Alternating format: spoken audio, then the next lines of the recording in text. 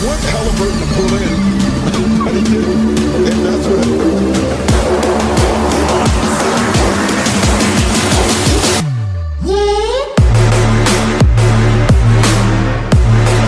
situation. I don't know if I have ever seen anyone.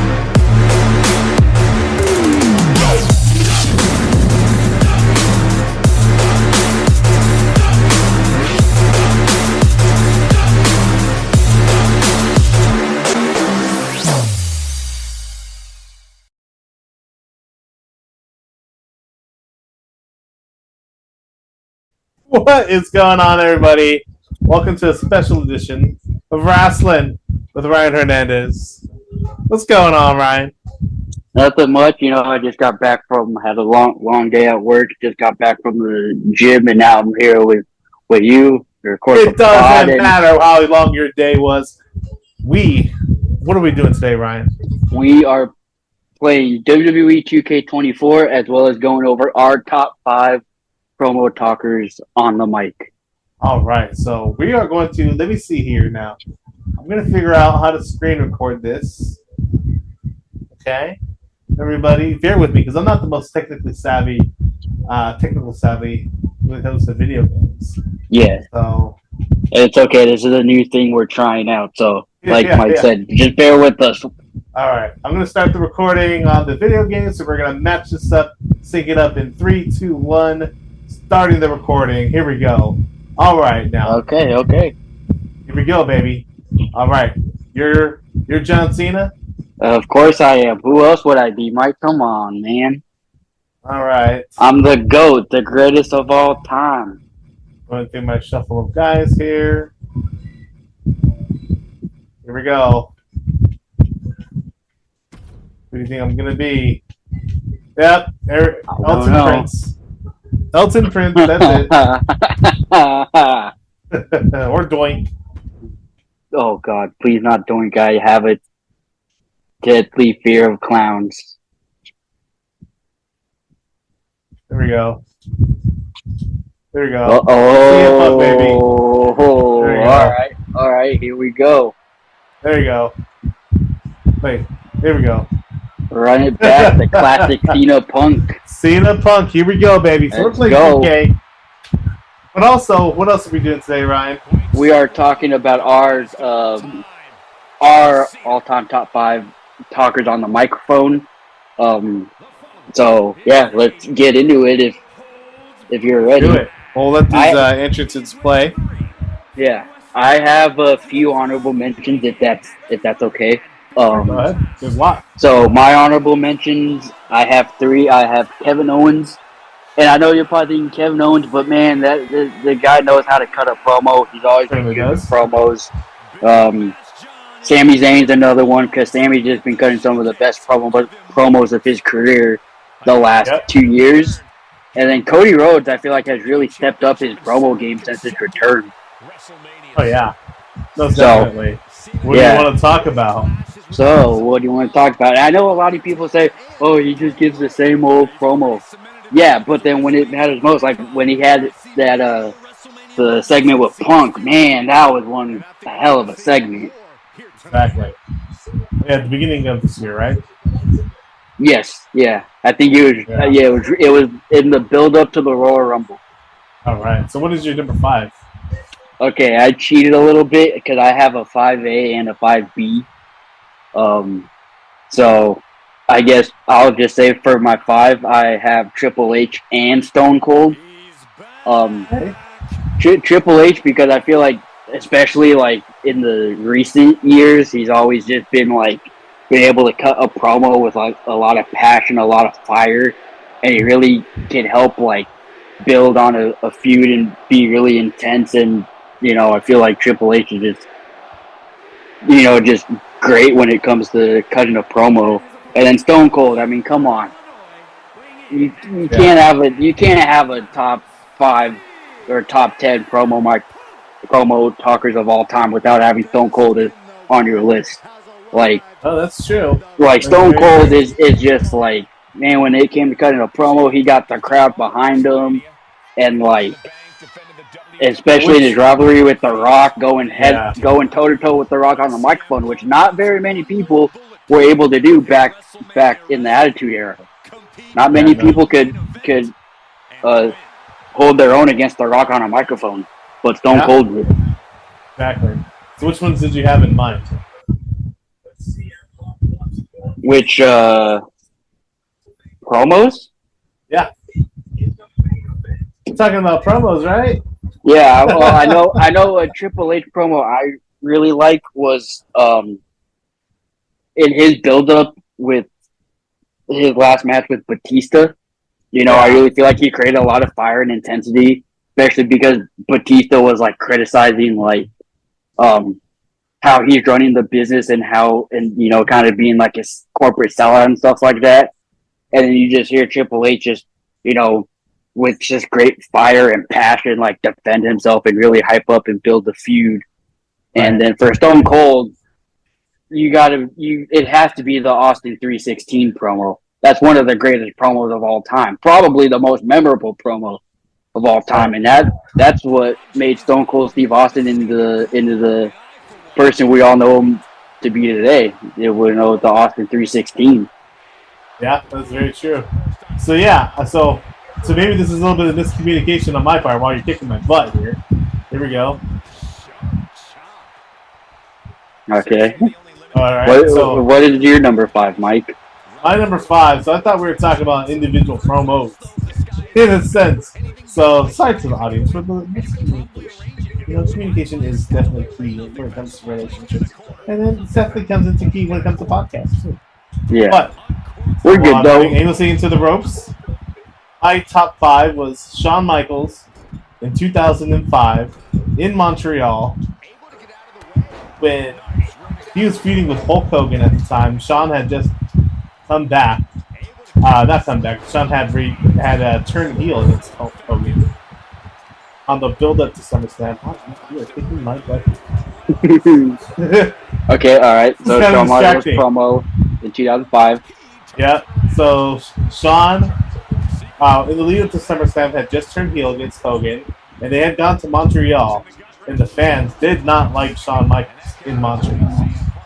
And Shawn was typically always a babyface during this era, but he did turn heel just once in the build-up to Hogan. And the fans were chanting for Hogan. They loved Hulk Hogan in Montreal, going back to The Rock in WrestleMania 18. But the fans were just electric for Hogan. Shawn didn't really want to be the heel, but he goes, you know, if I'm going to be heel, it's going to be, you know, the old Shawn Michaels type of heel. So he really healed it up against these guys.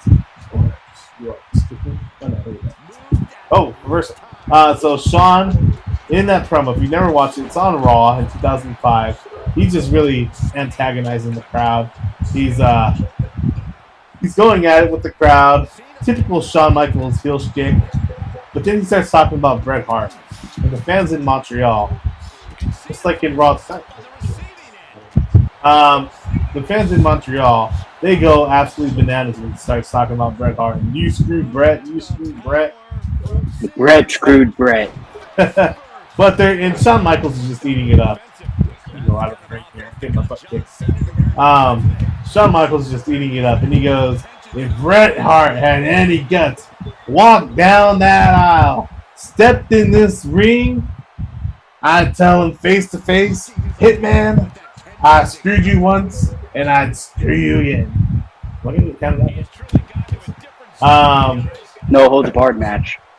There you go. We look for some weapons. But basically, he antagonized the crowd so much, they ended up playing Bret's music, and the crowd just went ape.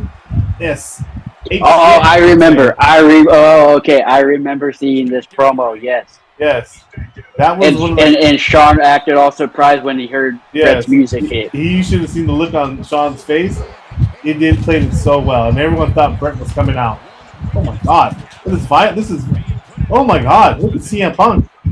He's all bloody. Yeah. Yeah, that was a perfect Shawn heel promo. One of the best they've ever done. And everyone really believed that Bret was coming out. Just the way they pulled it off was so good. And just the audience Sean healing on them. It was perfect. Yeah. Okay. Yeah. So then going into my number 4, I have Edge. And I feel like Edge, especially after his return in the 2020 Royal Rumble, Edge just never failed to cut a bad promo after his return run. And I know a promo of his I really liked was, the whole start of like when he broke up or when he got kicked out of the Judgment Day, and just like the fire and passion he had behind it, saying like, I created the Judgment Day, I'm going to end the Judgment Day. Uh-huh. So I like that promo a lot, and then just the promos that he had leading up to his I Quit match with Finn Balor. Yeah. I wouldn't call those the best of all time, but yeah, those are good ones. Here we go, baby. 1, 2. Nope. 1. I'm Super Cena, baby. Come on. Not GT. It's Anaconda Vice. Anaconda Vice.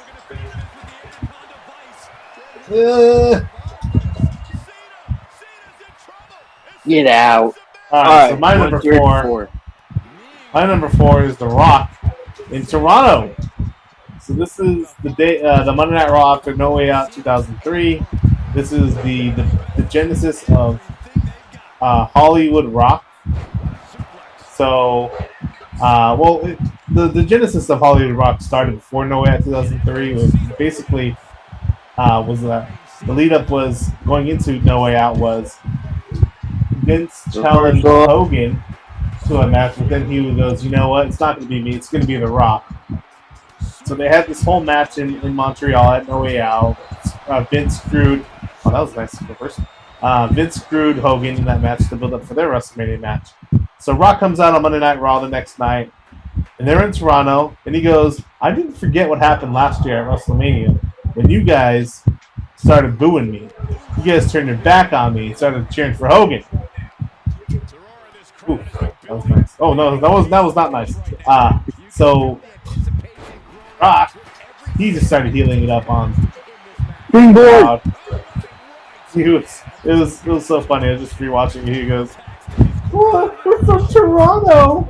Toronto, yay! Yeah. He said Toronto. That's where we live. Yeah, I've seen that promo. Yeah. That's classic Hollywood Rock right there. Exactly. So that was a good one. Genesis of heel rock, Hollywood Rock. One of my favorites. For sure, yeah. 3. All right, going into my number 3 for who I think is the third best talker on the mic all time, none other than the self-proclaimed best in the world, CM Punk. Okay. And I feel like his best promo was the pipe bomb. Wow. And I because that really like bended the mesh of reality and fiction, and I feel like that's what kind of made Punk like famous. That's what really got his he was already very popular, being booked very well, but I feel like the pipe bomb is like what really created his superstardom. Yeah. And I remember even to this day, people are like, "Yep, everything Punk done as his pipe bomb still stands." Look, especially the line is like, "This company will be better after Vince McMahon's dead." Well, Vince isn't dead, but he's not in the company anymore. And look how much better the WWE has been without Vince. Exactly. Yeah. I mean, there's definitely some truth in that promo. God dang it. Another attitude adjustment. Yes, sir. All right, what's your number 3? I have to keep back and keep recording these because they're not lasting very long. So I have to go back into the menu. How long does it last? I'm not sure. Anyways, so my number 3 is the build up to No Way Out 2004. It was Eddie Guerrero versus Brock Lesnar. And if you are feeling depressed and you're like, oh my god, what is going on here? A flaming table? Yes, sir. A flaming table. No way. No way. Come on, sir. No, no, no, no, no, no, no, no, no, no. Boom! Through the table. By God, he might be broken in half. Anyways. If you're feeling depressed about your life and you want some inspiration about life, go listen to this promo of Eddie Guerrero on Brock Lesnar. Because it was the go home to SmackDown. Sorry, the go home to No Way Out 2004 on SmackDown. And Brock is just kind of laying into Eddie how he's, an addict and he's not, deserving of being champion. He's going to demolish him. And Eddie just very subtly just starts laying into his past, talking about he was high in a locker room in Minnesota, and they had to drag him out to rehab. And that was the starting point of his comeback into WWE a year later. And how proud he is that he's come back to this point. How proud he is to go into to talk about his family. How proud he is. Oh my God, another action. How proud he is to share his, basically his the recovery process with the boys in the back, and he still mentions he's an addict. But this time he's not an addict for drugs. He's an addict for wrestling. He's an addict for beating up guys like Brock Lesnar for the crowd. He's an addict. It's something I can't put it into my own words. You just have to go watch the promo. It's such a beautiful promo and so awe-inspiring. And it's Eddie Guerrero's probably his best promo of his entire career.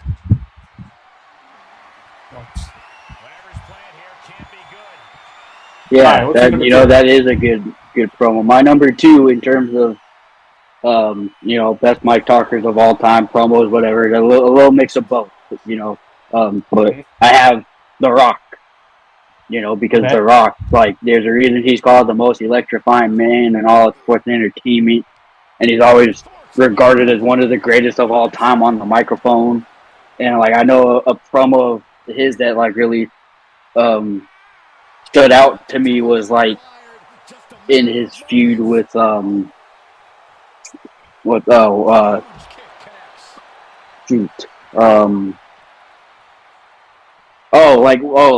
Stone Cold and all the promos they had, they're back and forth, especially the promo where he's like you have the crowd keep saying what what Is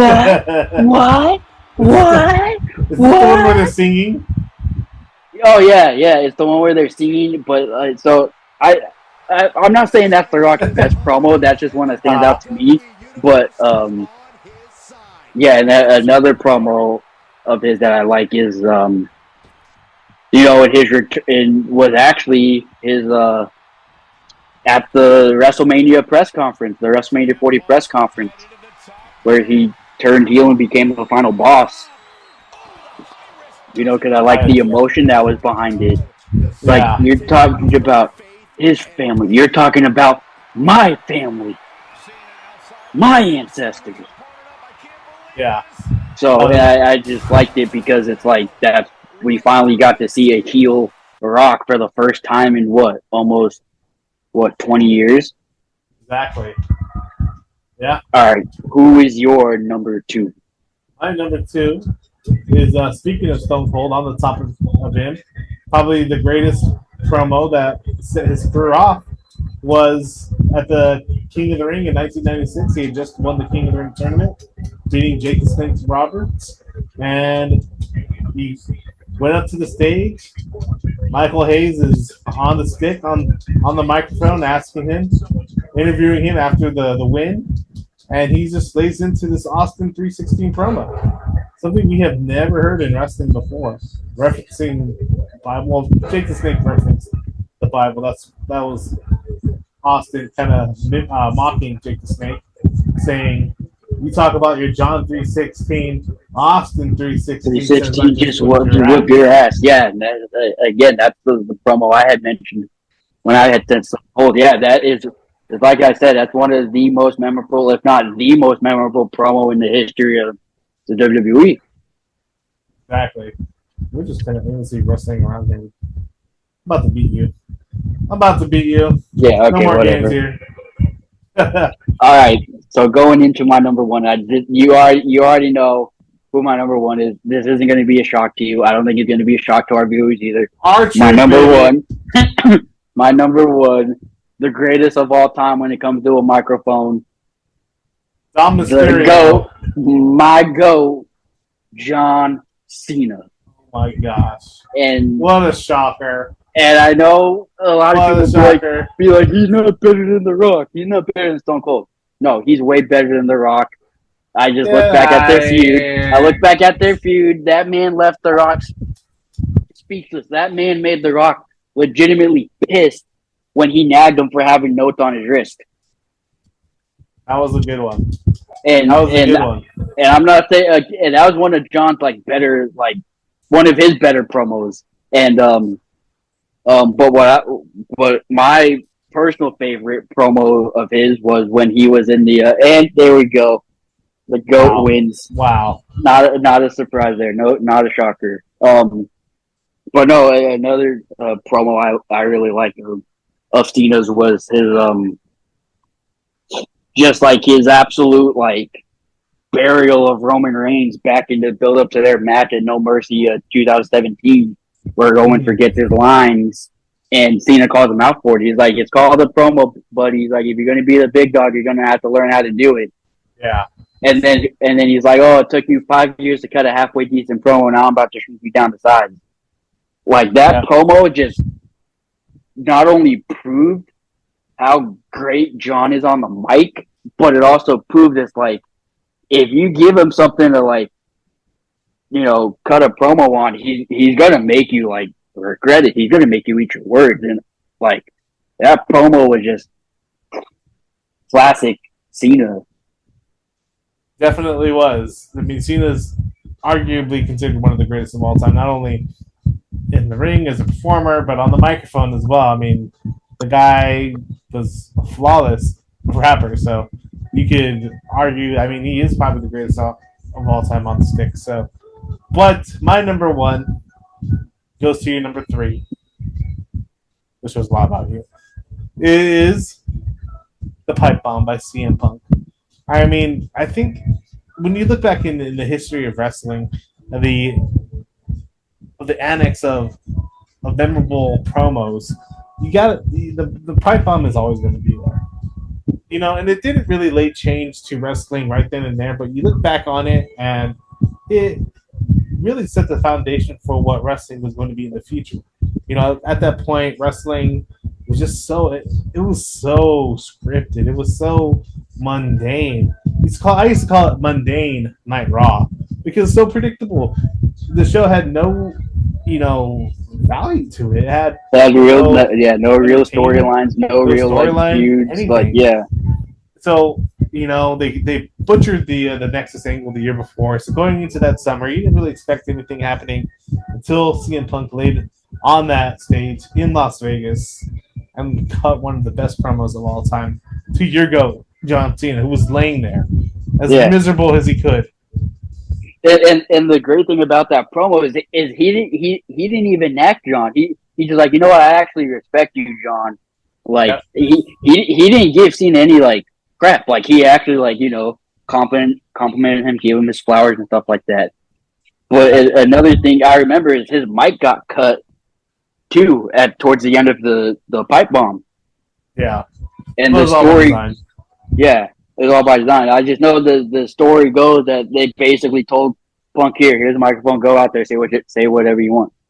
Yeah, basically, yeah, that's pretty much how it was because he knew he had however minutes he was going to go. So, and they trusted Phil not to say anything too crazy, but still one of the all-time best promo guys of all time and one of the best promos of all time. Yeah, for sure. I think the solid list, good list.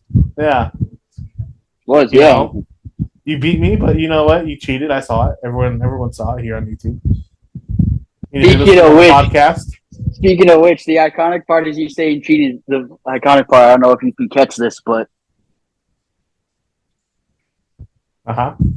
It's the Eddie Guerrero theme song, Why Cheat and Steal. Oh, I don't have that on mine. I have it on my end. I have it on my end. That is ironic.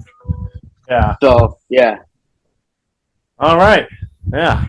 Well, here we go. That is it for today. Thank you guys for watching us suck at playing 2K24.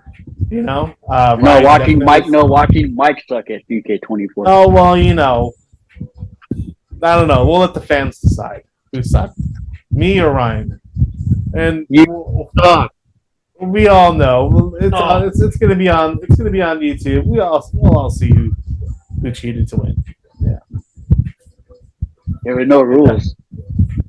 I don't know. There were no rules. All right, guys. Anyways, Until next time. Yeah. Thank you guys for watching. This was a special episode. Yep. Thank you guys for tuning in. We really appreciate y'all listening.